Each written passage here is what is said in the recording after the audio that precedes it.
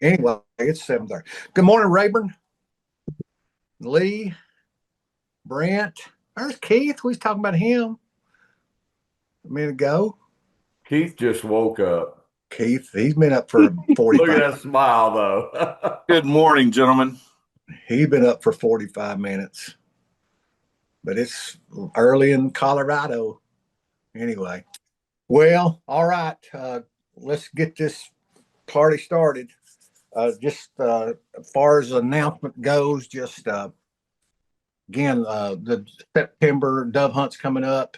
It's a full gig, and looking forward to that. Of course, we're still working on the side by side event in October. I've talked Chris into into bringing that thing down to 12 people like everything else, and he reluctantly agreed. So I like these smaller groups, and so that'll be the last event for the year. I'm working on an event in Abilene, just one of my Jesus Manhood. It's like a faith event, and if you're interested in that, I got some room left on that. Chase is putting it together, but that's going to be good. And then right now we're starting to look at dates, and we'll have some information about next year's events very soon, because we're going to give some of the people who've been coming, we're going to give them an early idea when those events are coming. So those things have to start early. So appreciate everybody doing that. I still haven't, because I'm waiting on a couple things. I had a reason. I haven't. I reported last time about our fundraiser month, which was really good. I'm still waiting on one thing, and before I actually put it publicly. But again, just tell you, if you was looking for that email, it's coming. So anyway, let me read my article, make a few comments, and I'd love to leave some room for your comments. It's crazy, and I knew I would. This article that I wrote about dogs and those things, I knew I would have a lot of response from emails and people that I never get a response from. I had a wonderful email from a lady who's worked for a newspaper that my article's in North Carolina. She sent me a long email yesterday, and man, these things are universal. So let me read it and then make some comments. The only time I can remember being without a dog was during my college years. They've been a part of my life ever since I was a child. I even raised and sold pups for a few years. But even though I've always had a dog, I don't consider myself a dog lover. The reason is that I have met a few people who truly are. To them, their dog is a close family member and is treated as such. Two of my dear friends are dog lovers. Not only have I witnessed their furry affection, but I have watched them grieve deeply over the loss of their four-legged friends. It was the same grief I have seen in so many people over the years. Tears, heartache, questions, and even anger were as real as if they had lost a blood relative. I grieved with them. They are dog lovers. But my home had never been like that until Snatch came along. Snatch came from the local animal shelter. My son picked him up out of his own, picked him out for his own family, but because of circumstances, had to hand him over to us. He soon became my wife and grandson's dog. They treated him like royalty and made sure he lived a life of canine luxury. In return, Snatch obeyed every instruction they uttered, every single one. If a visiting dog came to our house, Snatch accepted it. When our children had babies, Snatch recognized them as a part of the family. He has been nearly the perfect dog. In dog years, he's now in his 80s or older. Recently, he began losing weight, and after a trip to the vet, we discovered a mass that is terminal. His last days are coming this week. My dog lovers are grieving, and this time I'm grieving too. I have so much I want to say about God and dogs. I want to remind you that there are souls that are not human, and dogs are among God's creations that have a soul. I want to remind you that dogs reveal the grace of God and that they are always waiting for you to return, no matter what you've just done. I want to remind you that God gave dogs purpose. They serve and love. They give comfort and security. Dogs are evidence for the existence of God. Only God could create something so complete. And yet, my dog loving friend John wondered why God didn't allow man's best friend to live a longer life. I mean, an alligator can live up to 80 years, but who wants a pet alligator? Why are our life-giving, therapeutic, love-filled dogs with us for only a relatively short period of time? I pondered that question, and the only answer I know is that God knew there would be more dogs than there would be dog lovers. So to give each pup an opportunity to love and be loved, he made their lives shorter so that humans could love several of them during their own lifetimes. Dog lovers are not simply pet owners. They are a special breed of humans who have been given a gift to love a special breed of animals. And while they will grieve more than most throughout their lives, perhaps they will love longer and deeper as well. Well, let me reiterate some of that a little bit as I go. Again, we've had dogs around our house for most of our life, but again, as I said, I've never considered myself a dog lover, even though I've had them all my life. And then this dog, Snatch, came along, and Snatch was named because Stuart was in doing CrossFit. And, one of the things you do is snatch. So Snatch came along, and he came from this animal shelter and eventually ended up in our house. And he really became I can remember it like it was yesterday how my wife just took to him. And I mean, more than she took to me, you know. And then my grandson was young, and the dog just stayed with my grandson, and they literally have treated this dog like royalty. And to the dog's credit, he's been about as close as a perfect and intelligent dog that I have ever seen. And now he's old. Again, he's still with us today, but this week, he's scheduled.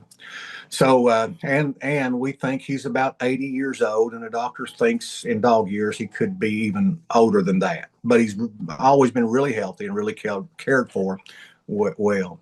And I've been watching, especially Teresa, my wife, and my grandson deal with this grief, and it reminded me of something that I've seen, and so you've heard me say this before. It's not really the theme of this talk, but it reminded me of something I've seen with some of you, my dog loving friends, over the years. When they lose a dog, they genuinely grieve, and and and the reason that I know that is because over the last 30 plus years, I have witnessed, literally hundreds of people, humans, grieve over people.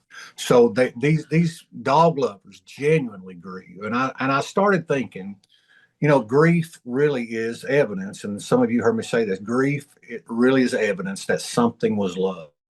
Grief is evidence that something was loved. And there's a strange verse in the Bible. There's which one verse, and I think it's Second Chronicles, but it's a strange little verse about a king, Jehoram, who died. And the Bible simply says that he died to no one's sorrow. I mean, this is a king. And he said he died to no one's sorrow. That is, when he died, nobody grieved. And that's a pretty sad commentary on a life. But then I started thinking about the other side of it. If you're going to love something, you're taking a chance. If you're going to love something, you're taking a chance. Whether it's a dog, whether it's a friendship, whether it's a marriage, whether it's a child, whatever it is, love always involves risk. Okay. Love always involves risk. And you could protect yourself if you wanted to. You could protect yourself from a lot of grief by never loving anything very deeply. But look at what you'd miss. And that got me thinking about some things other than dogs. And that is how much of life requires us to risk something in order to experience something worth having. Let me say that again. But how much of life requires us to risk something in order to experience something that's worth having? Because if you think about it, risk is the tuition of life.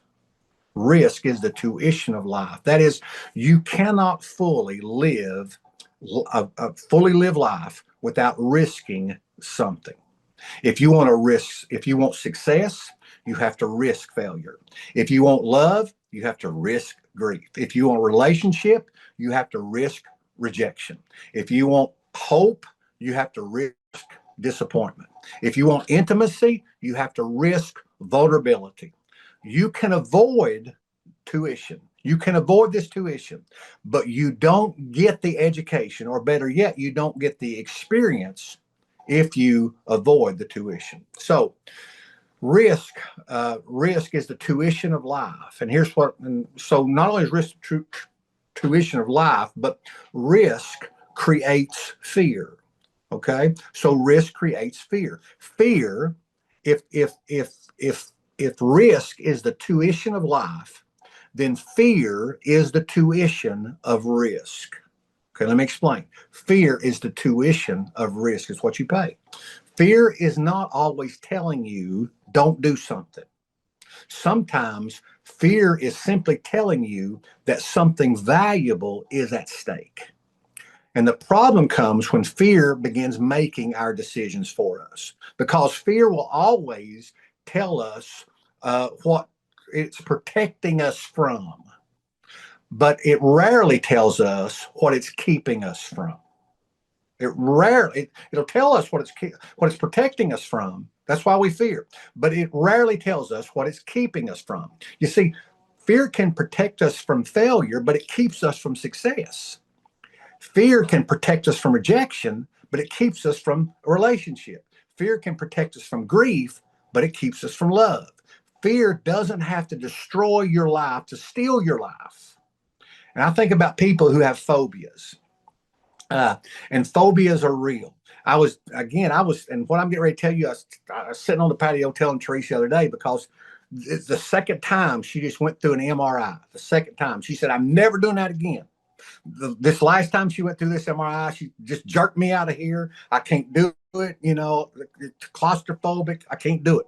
So, she's telling me about these phobias in life, and phobias are real. The fear is real. But what we have to understand, that with every phobia, and I told her this, with every phobia, we give up some freedom, right? And with every phobia we have, we give up some freedom.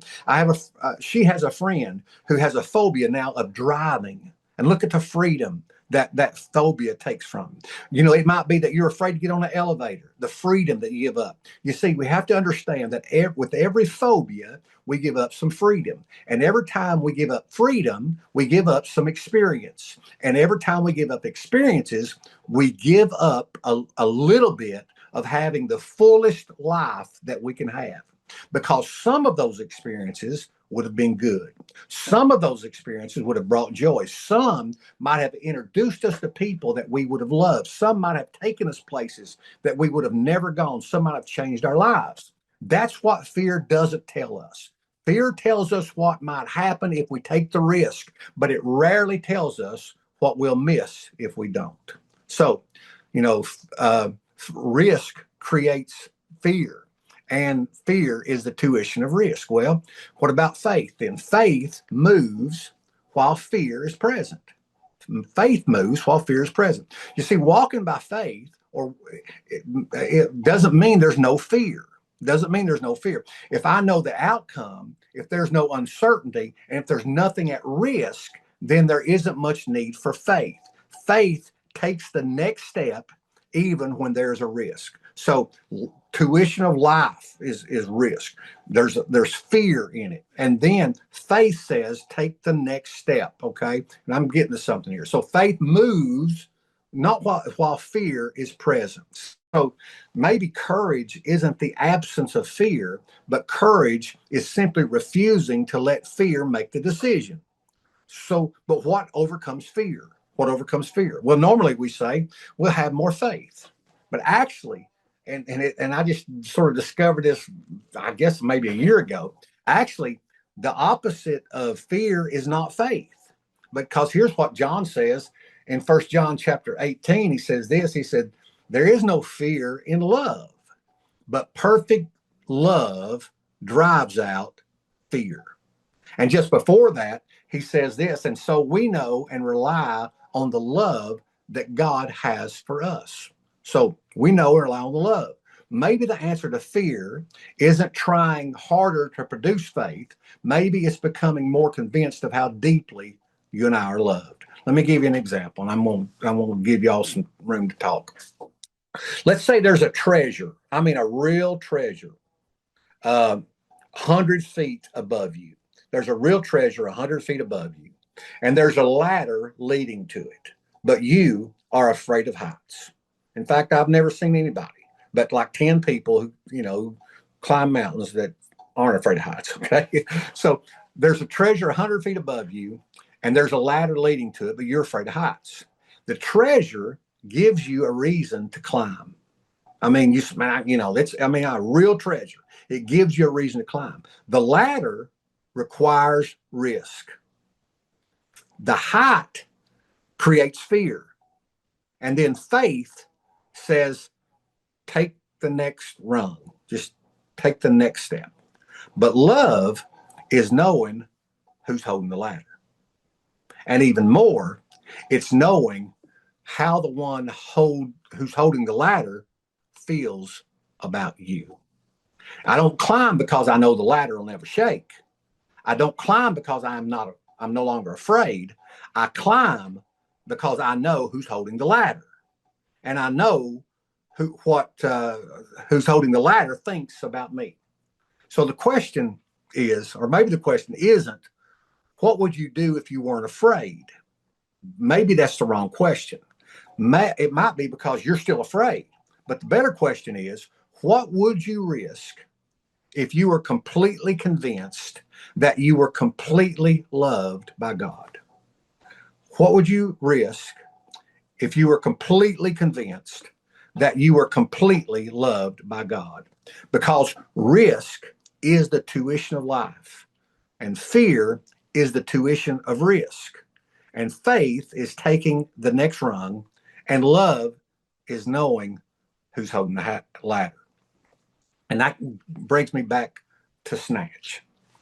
We knew when he came into our lives that we probably wouldn't have him forever. That's just part of having a dog. And now we're getting close to paying the price for all those years that we've had with him. There's going to be grief because there was love. But given the choice between avoiding the grief and never having all those years with Snatch, we'd take the risk every time.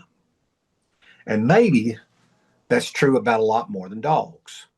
Maybe some of the best things that God has put in front of us come with risk. So don't let the fear of what you might lose keep you from experiencing what you might gain. What does that mean? That means get another dog. That means risk another relationship. That means open another business. Apply for that other job. Take that trip. Make the call.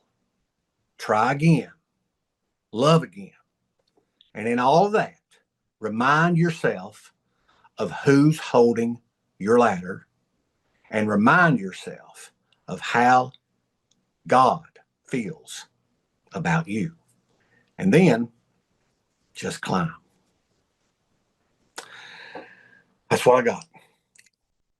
So let me ask you for prayer requests. I'm going to pray. And then after that, or somebody's going to pray. And then after that, I'm going to let you comment as much as you want to. And then those of you who have to check out at 8 o'clock, you check out at 8 o'clock. So prayer requests. Thankful for Jeff's MRI of his brain came back negative. That is, he had no brain. But no, thankful for that. And mine did too. I had one and it came back normal, as much as normal would be. But any prayer requests? Unmute your mics if you need to. Anybody? Well, let me pray. And you pray for my crew. Thursday's our day to take Snatch, and they've cried and we've cried, and grandson's struggling.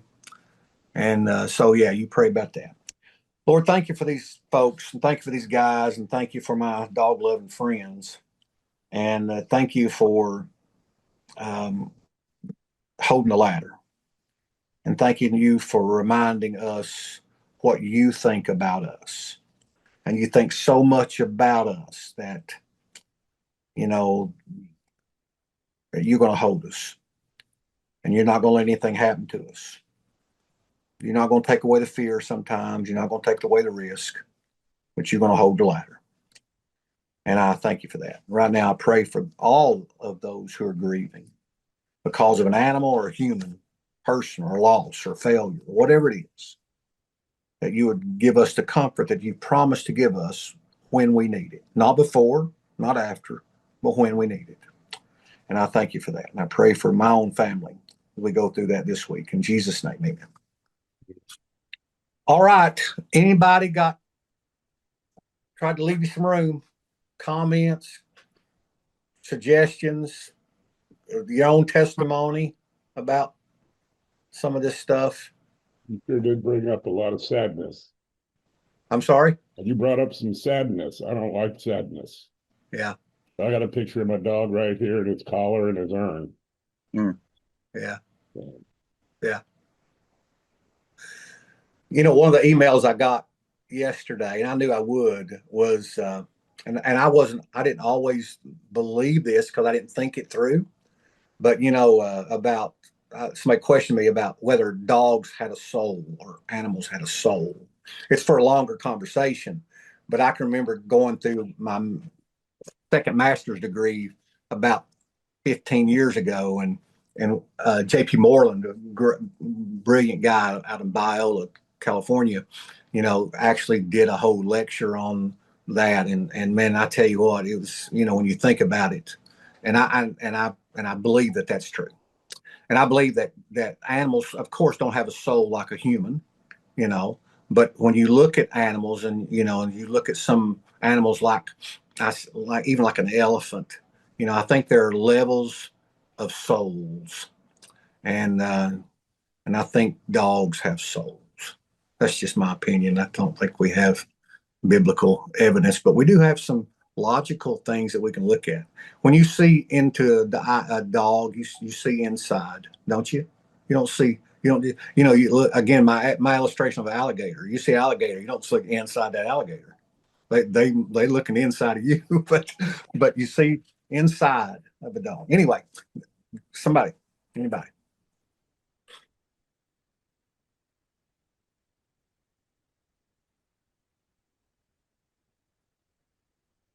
Y'all quiet today.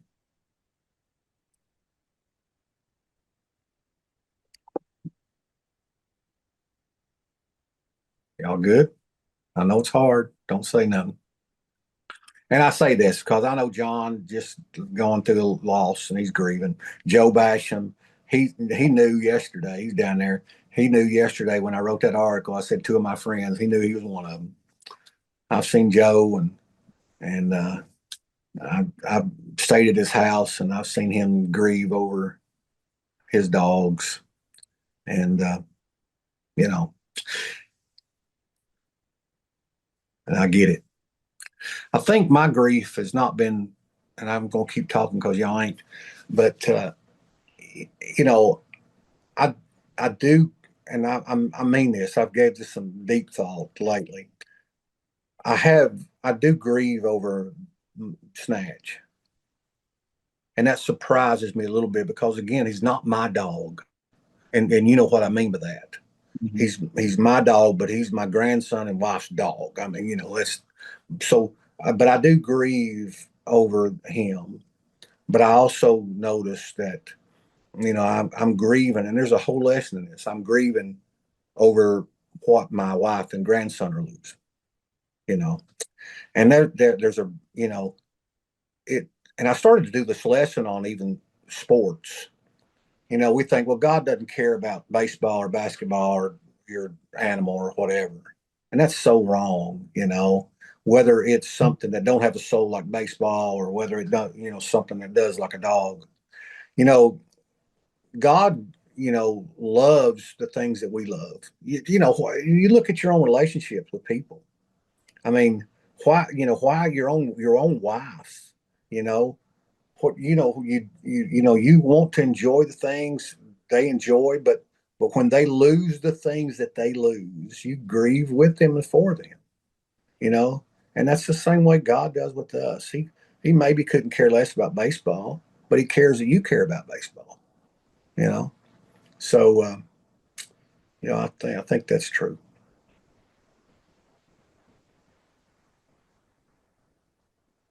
Y'all good?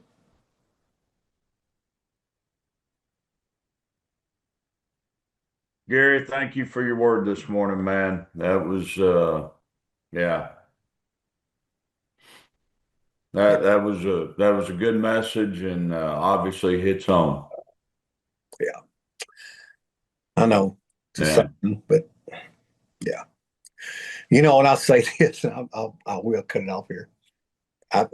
My wife and I both said, for the last couple of years, if something ever happens to Snatch, we're not getting another dog. Can you imagine the conversation to how that's changed now? It's changed. I'm not, it's changed. It has a lot for my grandson, but and you know what? I think, and I say this because again, I didn't know this till a week ago. I didn't think about this because a dog lover is a dog lover. They're not dog lover for one dog. Right. Again, John can't talk, but John's told me about the dogs he's had and how he's grieved over a lot of the dogs he's had because they were, you know, he's a dog lover. He ain't just, he just loves Scout. He loves he loves his dogs. He's a dog lover. Joe's a dog lover. Some of you are dog lovers. You can't just turn that off. But the problem is again, do you risk another grief? But you do. Yeah. You do.